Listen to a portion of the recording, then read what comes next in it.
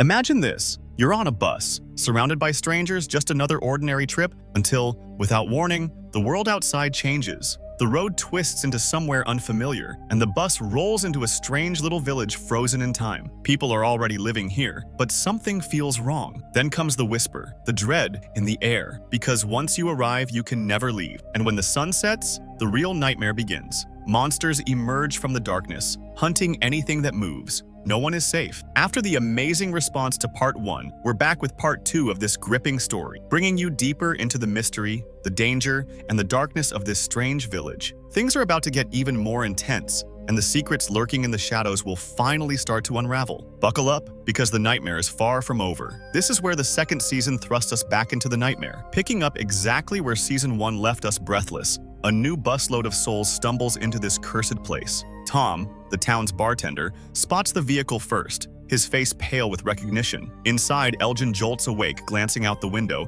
and terror floods his eyes. He knows this place. He knows the danger. Heart pounding, he warns the others, shouting that they're not safe. But laughter and disbelief greet his panic. They have no idea what's waiting for them when the sun goes down. Meanwhile, at Colony House, people are bringing radio equipment inside. The setup causes all the bulbs in the place to explode, and shards from one bulb injure a boy's eye. Julie, worried, asks Donna if she knows where Jim has gone. Donna doesn't have an answer. Jim had suddenly run off toward their home, and she didn't know why. Fearing the worst, Julie rushes home. Down in the basement, she finds Jim sitting by the hole that Tabby had been digging in the previous season. He's staring in shock. The hole is blocked by large stones, and Tabby is nowhere to be found. Julie and Jim try to move the stones, but they're too heavy. Julie runs outside to get help from the new bus arrivals. Tom and two passengers agree to assist, and they head into the basement. Kenny and Donna arrive soon after to explain to the newcomers just how strange and dangerous this village is, warning them about the nighttime monsters. Kenny gathers the bus passengers and takes them to the diner for safety. Meanwhile,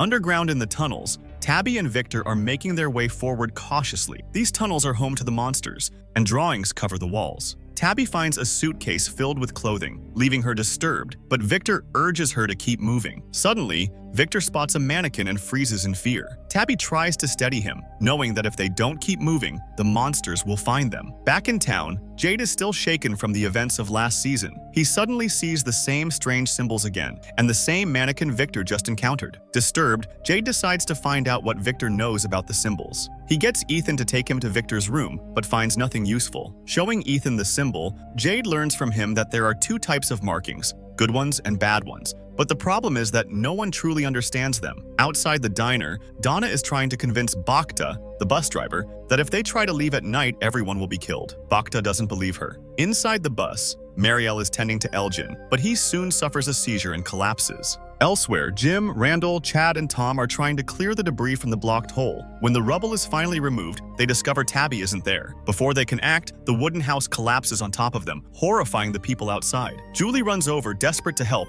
as Christy arrives and checks on Randall, who manages to crawl out. Jim, Chad, and Tom are still alive but trapped under the wreckage. With darkness approaching, there isn't enough time to dig them out before the monsters come out. Jim decides they'll have to remain under the debris until morning. Julie hates the idea. If the monsters notice them, they'll be slaughtered. But Donna explains that in the early days, before the houses, people survived the night by hiding underground. If they keep silent, the monsters won't notice them. Reluctantly, Julie agrees to spend the night at the diner with Donna, planning to help dig them out at first light. At the diner, Christy and Marielle finally see each other again after a long time. Overcome with emotion, they embrace and cry. Kenny watches silently, clearly heartbroken. Meanwhile, Bhakta tries to start the bus and urges everyone to get aboard. Donna loses patience. She shoots out the bus tires and forces people at gunpoint into the diner. Still, some people run off instead of going inside, and Fatima and Ellis go after them to help. Elsewhere, Boyd is still trapped in the hollow space he ended up in last season after entering the faraway tree. He's been trying to escape, but nothing works. Frustrated, he shouts, his voice carrying to someone above. Boyd finally came face to face with a man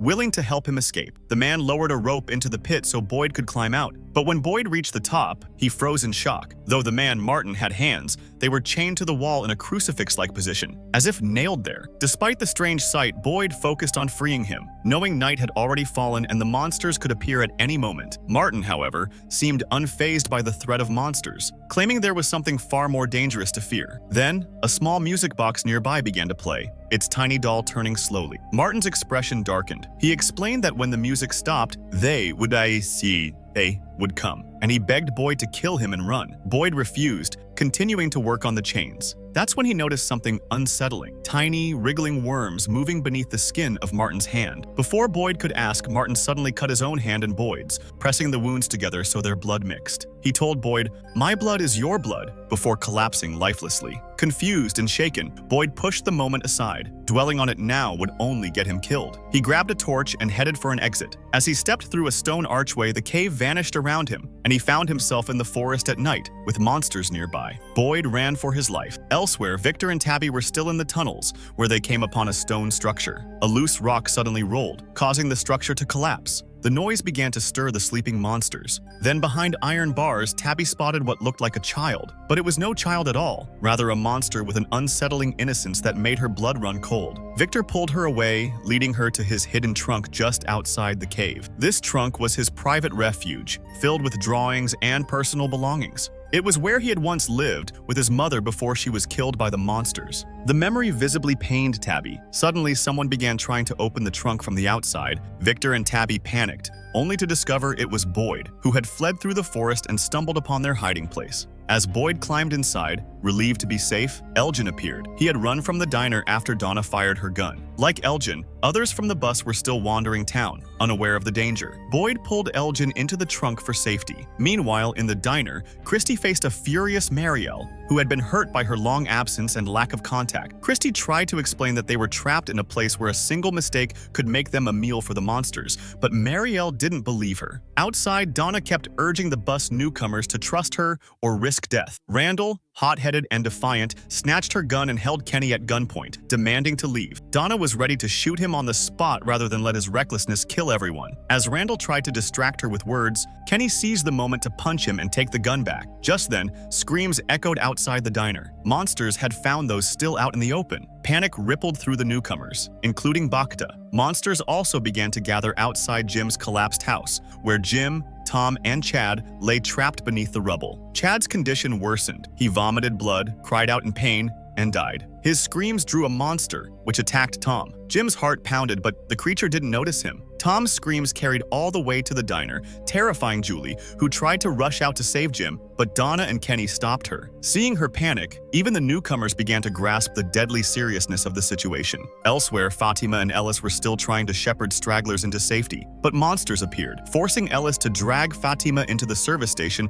and lock the door. From inside, they heard the cries of those who had been caught outside. Enraged, Fatima hurled curses at the monsters, who only grinned back at her through the glass. At dawn, Julie rushed to Jim, relieved to find him alive, and the others pulled him free, but Tom's dead body left everyone grim. Across town, Elgin told Tabby about Jim's accident, sending her running home. When Boyd emerged from the trunk, he realized with horror that worms, just like the ones inside Martin, were now crawling beneath his own skin. Jim was now admitted to the hospital, where Christy stitched up his wounds and told him to rest there for a few days. Later, in private, Jim told Tabby about the strange voice he had heard over the radio, a voice that had left him deeply unsettled. Tabby, in turn, revealed that all the electrical wires running into their basement were dangling in midair inside the monster's tunnels, meaning there was no actual power source connected to their home. This revelation shocked Jim. If there was no power source, then where had their electricity been coming from? With their house gone, Tabby spoke to Kenny and Mrs. Lou, and Mrs. Lou offered them shelter in her home, where Jade had also been staying. One day, while Ethan was playing outside with building blocks, Tabby noticed that the structure he was making looked exactly like one she had seen deep inside the cave. Still puzzled, she was suddenly startled by the sight of two children standing outside staring at her with hopeful yet unnerving eyes. Terrified, she grabbed Ethan and rushed inside, trying to shake the thought of them away. After all, she knew they were just hallucinations, but she couldn't understand why she was seeing them at all. She later confided in Julie, who told her it was better not to dwell on such things. Meanwhile, Boyd was approached by Ellis, who wanted to know what had happened in the forest and where Sarah had gone. Boyd himself didn't know where Sarah was, nor could he make sense of the strange things that had been happening to him. Changing the subject, Boyd went to the bus, where the new arrivals were unloading their belongings. Randall retrieved a rifle from his pastor's things, intending to keep it, but since all the houses were already full, the newcomers were to be housed in the colony house. Donna refused to let Randall keep any weapon, especially given his volatile temper. When he still refused, Boyd stepped in, telling Randall bluntly that he could live in the forest with his gun or in the village without it. Randall chose the safer option, left his weapon, and went to colony house. Elsewhere, Victor returned to his room for the first time in a long while, only to find it in disarray, a mess made last season by Jade and Ethan while studying the cave symbols. Thinking Victor would never return, Jade had even taken his old violin. Furious, Victor stormed to Jade's place, insulted him, snatched back the violin, and left. Jade followed, showing him the symbols and asking for answers, but Victor, still angry, refused to speak. Meanwhile, during a conversation with Marielle, Christy learned that Marielle had relapsed into drug use, a habit she had overcome when Christy entered her life. Their discussion became heated, but Christy resolved to help her just as she had before. In another part of town, Kenny went down to the church basement and was stunned to find Sarah alive. Everyone had assumed she'd died in the forest, and most villagers despised her. Kenny immediately informed Boyd, who then confronted Sarah. Through her account, they learned that when the mysterious white boy told her to enter the faraway tree, she had followed Boyd but ended up teleported here, while Boyd was trapped in the hollow space. She had stayed hidden, knowing her return to the village would spark outrage.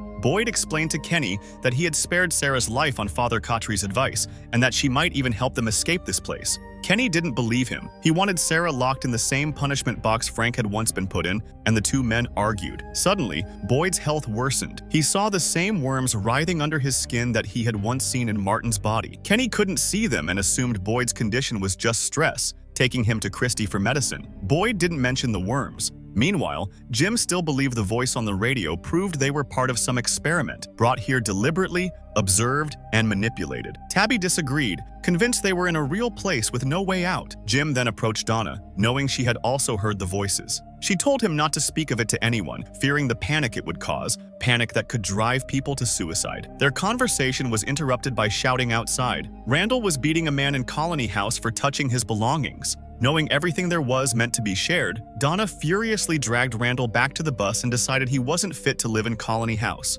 That night, monsters approached the bus, taunting Randall, but he ignored them and went back to sleep. Later, Kenny brought food to Sarah and was shocked when she admitted that on the night of the strange noises, she was the one who had opened the hospital gate, an act that led to the death of Kenny's father, Mr. Liu. Consumed with rage, Kenny confronted Boyd, furious that he'd never told him the truth. By now, Kenny, who had been trying to give Sarah a chance because of Boyd, was furious with him. In a fit of anger, Kenny quit his deputy job, stormed out, and told the entire village that Sarah had returned. When Tabby and Jim heard the news, they angrily went to confront her, but Boyd blocked them from meeting her. They wanted to put Sarah in the punishment box so the monsters could kill her overnight, but Boyd managed to calm them down and sent them away. Boyd then went to discuss the matter with Donna, but she was equally angry that Boyd had hidden the truth about Sarah's survival and refused to help, insisting Sarah should be in the box as well. Meanwhile, Sarah was filled with guilt and had decided to ask Boyd to put her in the box herself. Before doing so, she went to Mrs. Liu to collect her late brother Nathan's clothes. Mrs. Liu, upon seeing her, broke down in tears but also lashed out at her, handing over the clothes before ordering her to leave. As Sarah stepped out of the diner, she ran into Kenny, who humiliated her in front of the villagers, forcing her to walk away in tears. Broken by their hostility and losing the will to live, Sarah told Boyd to put her in the box, but he insisted she was crucial to escaping the village and had to stay alive. When Ethan learned Sarah was back, he was frightened but mustered the courage to ask Jim to take him to her, only to insult her when they met. Sarah, hurt but remorseful, said nothing. Christy, upon learning Sarah was alive, was also furious, thinking Sarah had tried to kill Ethan right after speaking with her, and she began blaming herself until Marielle comforted her and they grew closer. That night, Jade, still tormented by recurring visions of symbols, also saw the man from the diary photo. The next morning, Victor appeared and, surprisingly, agreed to tell Jade about the symbols and the man. He took Jade to an area filled with abandoned cars, remnants from the days before newcomers knew to hide underground. Perching on one of the cars, Victor handed Jade his violin and asked him to play Twinkle Twinkle Little Star before he would talk. Jade obliged, and Victor revealed that when he first arrived as a child, he was terrified, and his mother would play that tune to calm him. The man in the photo was Christopher, who, in the past, had been beloved for his humor but began seeing the symbols and changed drastically. One day, Victor's mother hid him in a storage room, left, and by morning, the village was littered with corpses. Everyone had been killed. After hearing this, Jade wandered into the forest. Meanwhile, Tabby was still fixated on the strange stone structures and returned to the cave Victor had once led her from. There, she recreated one of the structures using stones, only to be confronted by 4 terrifying children chanting "Angai Angai" as they reached for her. She fell to the ground, trying to avoid their touch, when Jade arrived and found her screaming on the floor. He woke her, and Tabby was shocked to see everything around her was normal again. Boyd, on the other hand, went to Mrs. Liu to apologize for keeping Sarah's survival from her, but Kenny arrived,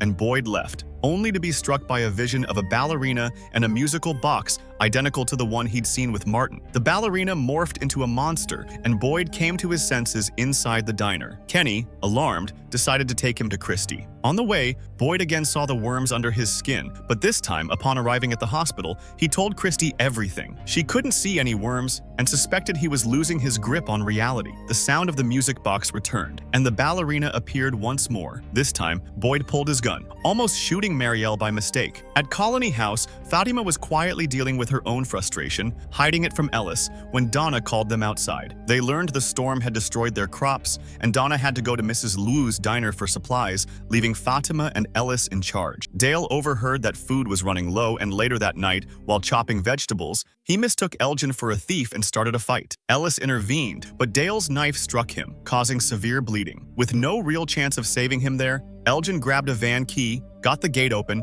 and rushed Ellis and Fatima inside as monsters closed in. They barely made it to the hospital in time. Boyd was deeply worried upon seeing Ellis's condition, but Christy managed to save his life. Still, Ellis needed a blood transfusion due to extreme blood loss. Boyd shared his blood type but refused to donate, afraid the worms in his blood, contracted from Martin, would infect Ellis. Suddenly, Boyd remembered that after Martin passed the worms to him, Martin himself had been freed from the infection before dying. That meant if Boyd could somehow pass the virus from his own body into someone, or something else, his blood might be cleansed as well. Acting on this, he deliberately went outside and lured the monsters toward him. When they surrounded him, he cut his own hand, then slashed the neck of one monster, gripping it and declaring, "My blood is your blood." At first, nothing happened, but suddenly the creature screamed in agony and collapsed dead. The others, witnessing this, backed away in fear, and Boyd hurried back to the clinic. Now that his blood was clean, he immediately donated to Ellis, saving his life. Afterwards, Boyd and Kenny inspected the monster's body. Though Ellis was safe, Fatima was deeply shaken and broke down in tears,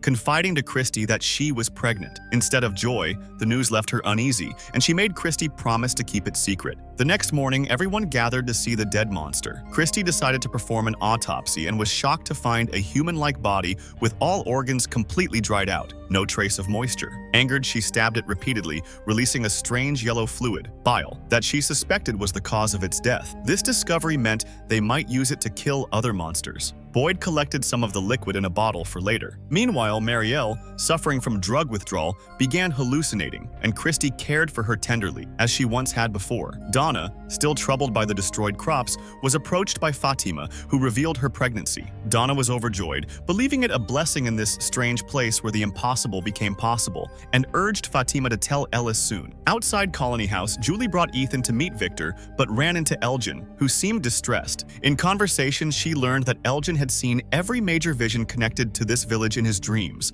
one dream in particular being critical, though he had forgotten its details. She encouraged him to relax, and he left. Victor's bond with Ethan was growing, but deep down, he feared getting close. Everyone he'd ever befriended had eventually died. While walking together, they noticed the leaves of the surrounding trees were withering and the trunks bending, something unnatural in a place unchanged for 40 years. Elsewhere, Jim saw Randall flying his drone and suddenly had an idea. He explained his theory, and Randall became the first person to believe him, offering to help rebuild the radio to contact the same mysterious voice Jim had spoken to in Season 1. Using scrap, they tried to create an antenna, with Randall planning to hold it aloft with the drone, but the plan failed miserably. This led Randall to speculate that the villagers might be complicit in the experiment being run on them, which was why life in the village seemed so perfectly controlled by fear. He even suspected Donna of being part of it, but Jim dismissed the thought and left. Meanwhile, Tabby visited Jade, who confided about the symbols he kept seeing. She recognized them from the caves where the monsters slept and took him there. Learning that Victor had known about the symbols but never told him infuriated Jade. Around the same time, Victor gifted Ethan one of his old jackets. When Ethan found a toy in the pocket and handed it back, Victor was jolted into visions of his mother placing the toy in his hand before leaving him in a storage room. The memories left him somber, and when Jade arrived angry about the symbols, Victor, already in a foul mood, walked away to Colony House without a word. Tabby, disliking Jade's behavior, scolded him and went after Victor to comfort him. That night, Kenny dreamed of his home phone ringing. When he answered, a monster's voice told him, "We touch, we take, and then we destroy. "No one in the village is free. Soon we will come, and take 3. To stop us, you must silence the music." Confused, he found himself in the kitchen, where worms writhed in a pot, one leaping onto him and burning his skin. He awoke to find the burn real. He had also seen the musical box in his dream. Meanwhile, Elgin dreamed of being drowned by a monster, waking to spit up water, shaken by how real it felt. Sarah, still shunned and tormented by villagers, wanted to leave for the forest to find a way out. Boyd understood. She was restless, tired of constant hostility, and went to Donna, suggesting they give Sarah small tasks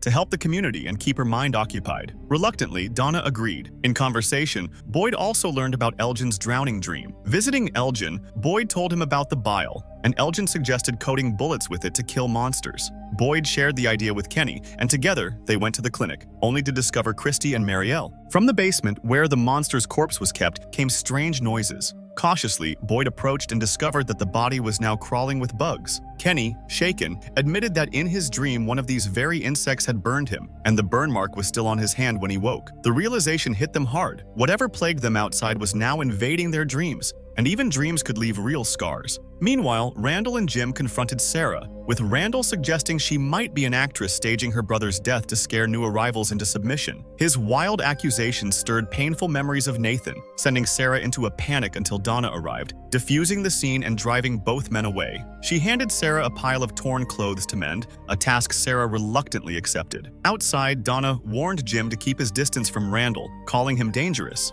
Later, when Donna visited the clinic for a headache, she learned about the dead monster. Seeing the corpse, she was unsettled to find no insects on it at all, as if bugs simply didn't exist there. Boyd and Kenny realized the place was now toying with their minds, and they needed to stay alert. They decided to burn the body, but Randall spotted them carrying it, confirming his theory that everyone here was an actor in some elaborate scare tactic. Meanwhile, Jim told Julie at the diner he wouldn't be home that night, explaining he'd be in the RV and observing something with a talisman to keep monsters out. Julie agreed, not knowing this was actually Randall's plan. He suspected Donna was in league with whoever was watching them. He lured Jim to the RV, then abducted Donna, tying her to a tree nearby. When Jim arrived and saw her bound, he was stunned. Elsewhere, Tabitha sought to comfort Victor, who revealed the toy found in his jacket was given to him by his mother Miranda the last time he saw her alive. The day after she left him in the village, everyone was dead. Victor had since buried most of his memories, hiding the drawings he made as a child, refusing to look at them. Tabitha convinced him to show her the sketches,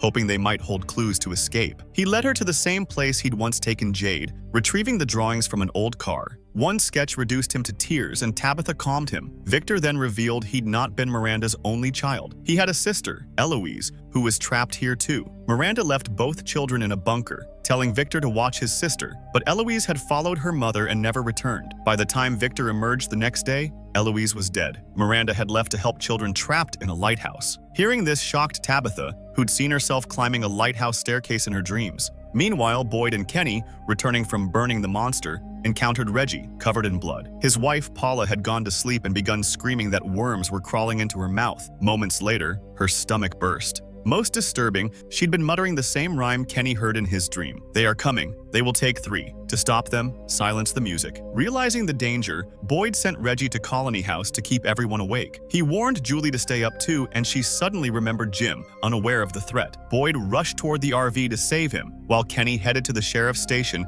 to watch Sarah through the night. Christy and Marielle also moved to Colony House, determined to stay awake. The tense atmosphere unsettled Marielle, still battling withdrawal, so Christy stayed close to comfort her. At the RV, Jim tried to free Donna from the tree, but Randall attacked him, intent on killing her, until Boyd arrived, holding Randall at gunpoint. With night falling and no chance of reaching the village safely, they decided to stay in the RV. Even there, Randall's defiance didn't fade, forcing Boyd to grab and shove him down before coating his bullets with the monster's bile, ready to kill if one came close. As darkness deepened, monsters gathered outside the RV, their pale faces glinting in the shadows, but none dared step too close. Suddenly, the RV's radio began playing that same eerie, demonic sound, the one that came from the musical box. The moment everyone heard it, panic swept through them. Boyd remembered what had happened the last time he'd heard that haunting tune, and he immediately decided they needed to escape get to the van, and head straight for Colony House. Hearing this, Randall rushed to break the emergency gate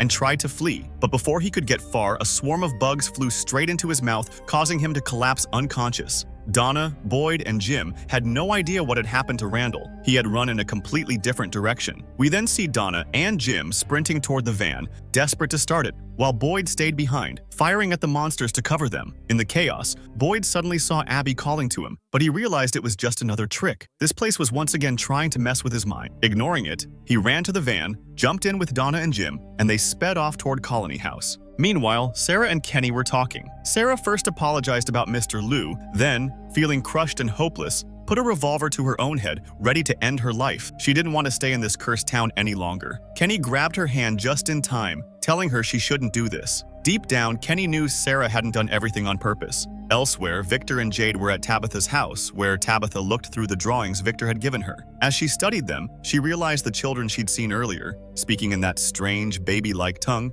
had appeared to her because they wanted her help. If those children could be freed from the lighthouse, maybe they could return home, and perhaps that was why Miranda had tried to save them in the first place, so she and everyone else could get back to the real world. At Colony House, Reggie was in a state of pure panic, shouting that everyone was going to die and insisting no one should sleep. Fatima managed to calm him down, but when she walked away, Tilly noticed her stomach and immediately realized Fatima was pregnant. This shocked Elgin, who also suddenly remembered seeing Fatima pregnant in one of his dreams. It had been a forgotten detail until now. Elgin also recalled hearing the same rhyming words in his dream that Kenny had heard and that Paula had repeated before her death. Upon hearing the words, Donna explained they were nursery rhymes her grandmother used to sing to her. Back at Mrs. Liu's house, Julie was acting strangely, dancing in the same eerie trance that Randall and Marielle had been in earlier. The next morning, Donna and Dale found Randall's body. Horrified by its condition, they brought it back to Colony House. Boyd, learning about Julie's condition, rushed to Tabitha's house. He knew he had to save Julie, Marielle, and Randall, so he took Sarah with him to the same strange stone structure in the forest where he had once appeared unexpectedly. There, Sarah heard screams. It was Julie, Marielle, and Randall being brutally tortured. A musical box was also there, though it wasn't visible to Boyd. Sarah, however, knew its exact location. It was the same box Martin had once had when Boyd met him. Boyd realized that if he wanted to save them, he had to destroy it. Sarah warned him that if he didn't shut the music off, those three would die first, and then the same fate would come for the whole town, because Boyd had freed something in the forest and brought it back with him. News of this quickly spread. Believing they might die, Fatima decided she would marry Ellis that very day, and he agreed. Meanwhile, Reggie killed a man, took his gun, and left. Boyd went to the church, angrily blaming God for trapping them and refusing to help. Just then, Donna told him about Ellis and Fatima's wedding. Overjoyed, Boyd attended, but during the ceremony, something clicked in his mind. He went to Victor's trunk, pulled out the torch he had taken from Barton, and headed back to the forest structure. There, Reggie suddenly appeared and shot Boyd in the shoulder, blaming him for everything happening in the town. Before Reggie could finish him, Boyd pulled his gun and killed him. He lit the torch and was transported back to the place where he had once seen Martin and two skeletons. But now, in their place, were Randall, Marielle, and Julie, screaming in agony. Meanwhile, Tabitha told Jim that if she could reach the lighthouse, she could help the children and maybe go home. She asked Victor for directions, and he led her to a hollow, faraway tree, the same way Miranda had gone to the lighthouse. Whoever entered the tree would appear right in front of it. Before she left, Victor gave her his lunchbox, which she found incredibly sweet. Sending him away, she stepped inside the tree and arrived at the lighthouse. Elsewhere, Jade built up the courage to enter the monster's cave. Inside, he saw a strange symbol on the wall, and the 7 children who had appeared to Tabitha earlier. It looked like some dark ritual had taken place there, but as always, everything suddenly appeared normal again. Back at the structure, Boyd found the musical box and tried to smash it, but Abby appeared, warning him that destroying it would bring even more trouble. Boyd ignored her and destroyed the box, instantly freeing Randall, Marielle, and Julie. They were back to normal. Boyd extinguished the torch, returned to the village, and screamed into the forest. Meanwhile, Tabitha climbed the lighthouse stairs. At the top, she found the white-haired boy who suddenly pushed her off, whispering, "Sorry," as he did. According to him, this was the only way home. When Tabitha opened her eyes again, she was in a hospital. In the real world, 2 hikers had found her unconscious body and brought her here. Shocked and disbelieving, she realized she was free. But how would she get everyone else out? That answer would have to wait for the next season, because this one ends here. And that wraps up today's breakdown of this gripping season finale. The mystery deepens, the stakes are higher than ever, and now we're left counting the days until the next season drops. I hope you enjoyed diving into this dark, twisted world with me. If you did, make sure you like, share, and subscribe to EndVerse for more intense story explanations, theories, and hidden detail breakdowns. And don't forget to hit that bell icon so you never miss when the next thrilling video goes live. What would you do in their place? Like, share, and subscribe. Press the bell icon so you don't miss the next intense story.